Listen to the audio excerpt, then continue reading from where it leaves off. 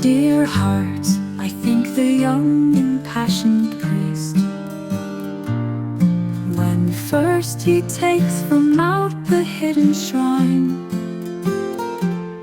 his God imprisoned in the Eucharist,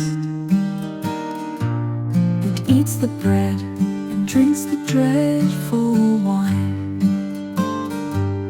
feels not such awful wonder as I felt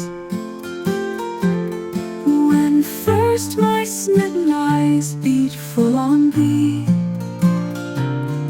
and all night long before thy feet I knelt,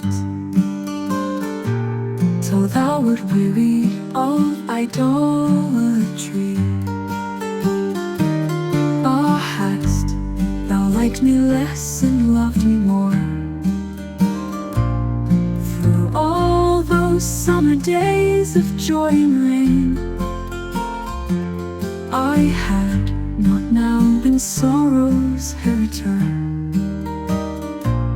or stood a lackey in the house of pain. Yet though remorse youth's white face and ashore tread on my heels with all his retinue,